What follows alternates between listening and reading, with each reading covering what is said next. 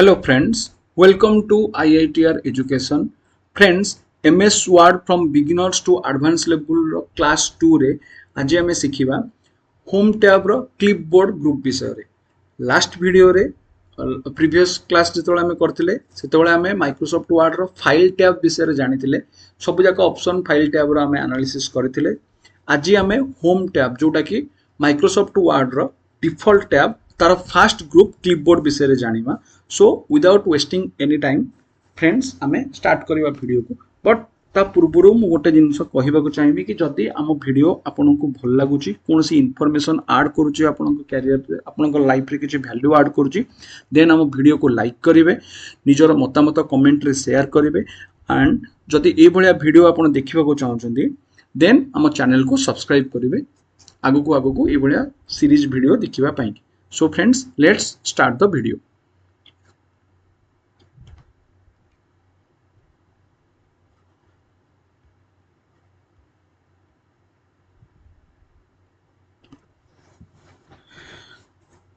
Now एठी मु Microsoft word को ओपन कर दीची।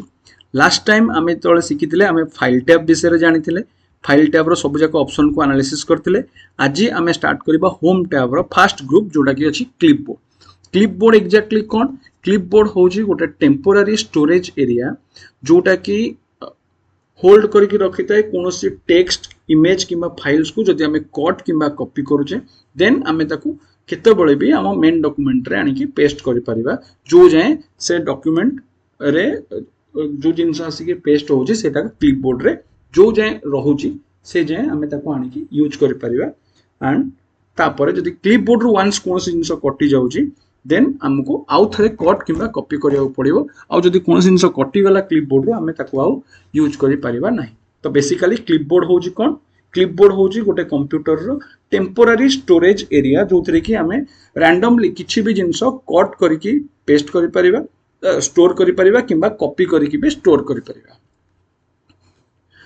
तो एठी हमको क्लिपबोर्ड रे चारिटा बेसिक ऑप्शंस मिलुची देखिबा को। फर्स्ट ऑप्शन होची कट। कट एक्जेक्टली कोन करे जो जिंस को हमें मेन डॉक्यूमेंट रे सिलेक्ट करूचे whether it is text image कोनसी कैरेक्टर हे गला सिंबल हे गला नंबर हे गला ए सब को जते बळे हमें मेन डॉक्यूमेंट रे सिलेक्ट करूचे आउ कट कमांड यूज करछे तते बळे कट रो काम होची से पर्टिकुलर सिलेक्शन को main document row remove करिकि clipboard रे होल्ड करिकि रखियो। देन जते बळे हमें कॉपी कमांड यूज करछे कॉपी कमांड रो काम होची जो जिंस को हमें सिलेक्ट करछे मेन डॉक्यूमेंट रे लाइक टेक्स्ट हे गला इमेज हे गला एक्सेट्रा से सब जिंस को से भली जेमिति मेन डॉक्यूमेंट रछि सेमिति रखिकि तार गोटे डुप्लीकेट वर्जन को क्लिपबोर्ड रे ने स्टोर करिवो एंड पेस्ट कमांड रो काम होची से सब जाक जिंस चाहे क्लिपबोर्ड स्टोर हे अछि सेठू आनी कि मेन डॉक्यूमेंट रे अवेलेबल करैबो बा पेस्ट करैबो। सो केमिति करिबा हमें ताको देखिबा। फर्स्ट हमें कोन करिबा किछिटा टेक्स्ट किंबा किछिटा इमेज हैला नंबर हैला किछि भी जिंस मेन डॉक्यूमेंट रे आगो आनियो को पड़िबो। सो हमें आगो टाइप करनबा किछि भी जिंस हमें टाइप करनबा तो मु एठी रैंड कमांड यूज करिकि किछिटा पैराग्राफ नै आसीची। सपोज मोर एठी दीटा ही पैराग्राफ दरकार तो रेस्ट पैराग्राफ मु काटी दोजी। ए जो दीटा पैराग्राफ अछि आको मु यूज करिवि कट आउ कॉपी कमांड रे। तो मु कोन करूची कोनोसी जिंस को सिलेक्ट करिया को पड़ियो फास्ट देन हमें कट किबा कॉपी को यूज करि परिबा। फास्ट मु सिलेक्ट करली एतिक जिंस को जोटा कि मु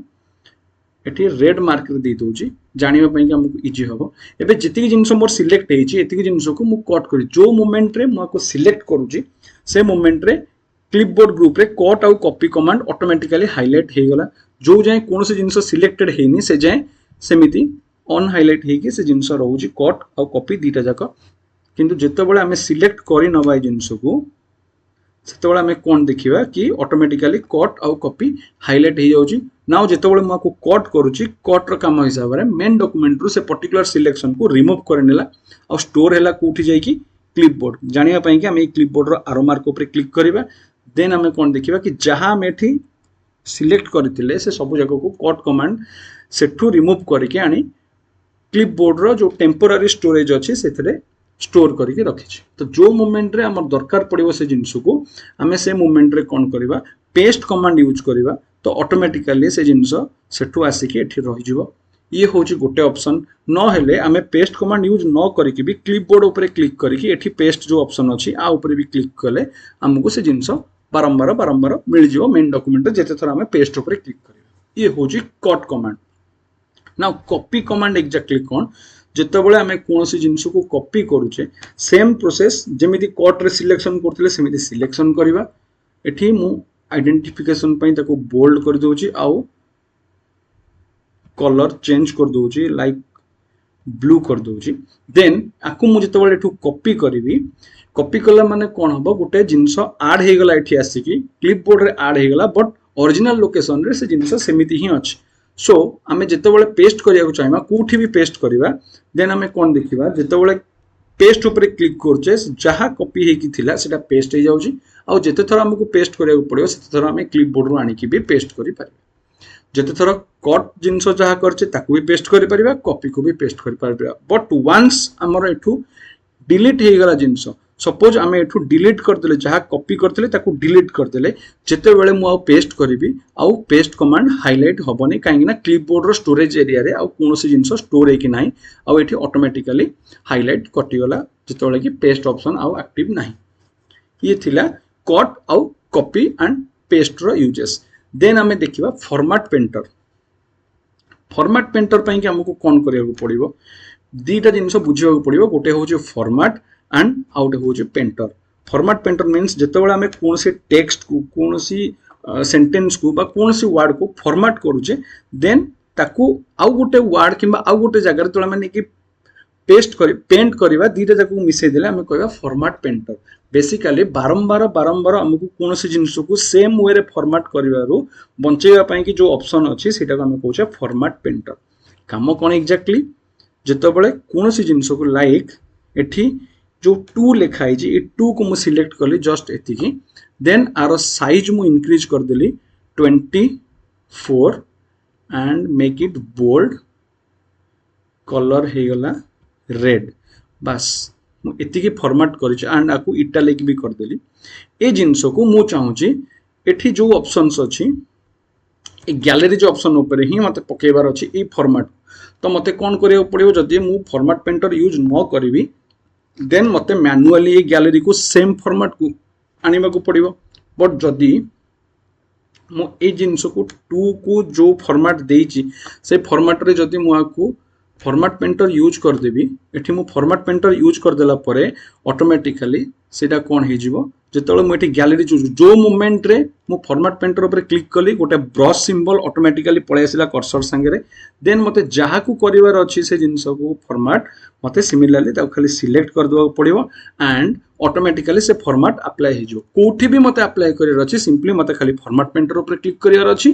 एंड आनी कि जो जगह ऊपर दरकार से जगह ऊपर पेस्ट कर देवार अछि देन ऑटोमेटिकली से जिंस पेस्ट हे जिवो से फॉर्मेट अप्लाई हे जिवो ये हो जे फॉर्मेट पेंटर रो काम। तो फ्रेंड्स आरो शॉर्टकट की भी अच्छी आम जब देखा shortcut key cut copy paste and format painter रो सबुर शॉर्टकट की अच्छी शॉर्टकट की होची कट रो Ctrl+X